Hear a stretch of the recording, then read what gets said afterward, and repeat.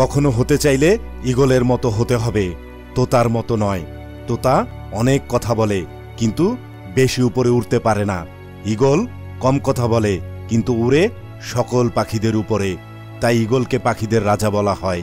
আজকে আমরা ঈগল পাখির 5টি বৈশিষ্ট্য আলোচনা করব, যেগুলো ঈগলের কাছ থেকে আমরা শিক্ষা নিতে পারি।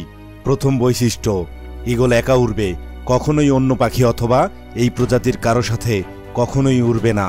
ঈগল যখন আকাশে উড়বে, হয় ঈগল পাখিদের সাথেই উড়বে, না হয় একাই উড়বে। এখান থেকে আমরা শিক্ষা নিতে পারি এইভাবে, তুমি একাই পথ চলো এবং ছোট মন মানসিকতার লোকজনের কাছ থেকে দূরে সরে থাকো। একা থাকো এবং নিজের যোগ্যতা খুঁজে বের করার চেষ্টা করো। একা থাকলে যে সময় পাওয়া যায় সেই সময়কে কাজে লাগিয়ে নিজেকে খুঁজে বের করো, দেখবে একদিন তুমিও অনেক উপরে উঠতে পারবে। দ্বিতীয় বৈশিষ্ট্য, ঈগলের লক্ষ্য খুব তীক্ষ্ণ ও খুবই শক্তিশালী হয়ে থাকে। ঈগল তার শিকারকে 5 কিলোমিটার দূর থেকেই স্পষ্ট দেখতে পায়। ঈগল যখন শিকারের জন্য লক্ষ্য স্থির করে, সেই শিকারের জন্য পথমধ্যে যতই বাধা আসুক না কেন সে লক্ষ্য অর্জন করেই ছাড়ে। এখান থেকে আমরা অনেক বড় একটি শিক্ষা গ্রহণ করতে পারি, যেটি আমাদের জীবনের জন্য খুবই গুরুত্বপূর্ণ হয়ে উঠতে পারে। কোনো কিছু অর্জন করতে হলে তোমার লক্ষ্যকে তীক্ষ্ণ করতে হবে এবং সেই পথে যত বাধা বিপত্তি আসুক না কেন তাতে হাল ছাড়া যাবে না, পিছনের দিকে ফিরে যাওয়া যাবে না। তৃতীয় বৈশিষ্ট্য, ঈগল কখনো মৃত প্রাণীকে ভক্ষণ করে না, শিকার হিসেবে গ্রহণ করে না। ঈগল সবসময় জীবিত প্রাণীকে শিকার করে। এটা থেকে আমরা এরকম শিক্ষা গ্রহণ করতে পারি, যেটা আমাদের জীবনের জন্য অতীত সেটা আমাদের জন্য মরে গেছে। আমরা কখনোই আমাদের মরা পচা অতীতকে আমাদের জীবনে স্থান দেব না। আগামী দিনের নতুন সকালে সতেজ ভোরের প্রতি মনোযোগী হব।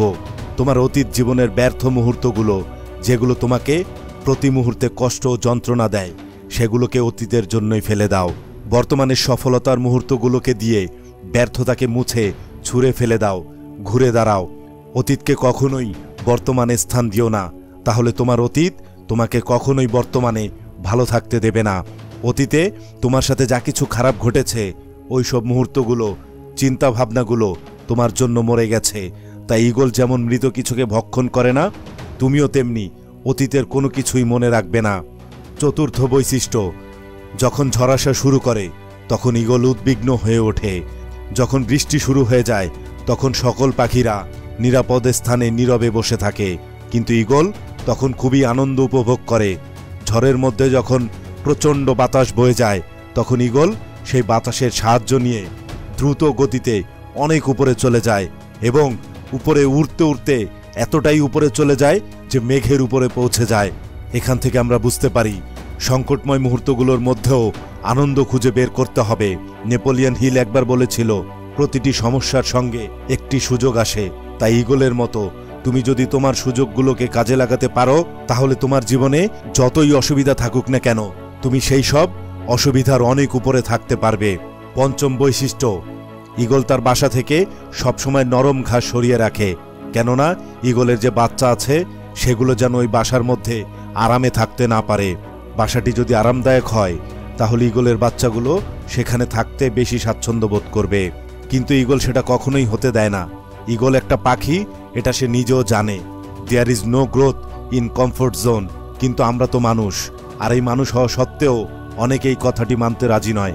তাই আপনাকে বলছি, আপনি যত বেশি কমফোর্ট জোনে থাকবেন, আপনার জীবনের ভবিষ্যৎ সময়গুলো তত বেশি আনকমফোর্টেবল হয়ে উঠবে। সেই পর্যন্ত সবাই ভালো থাকবেন, আবার কথা হবে।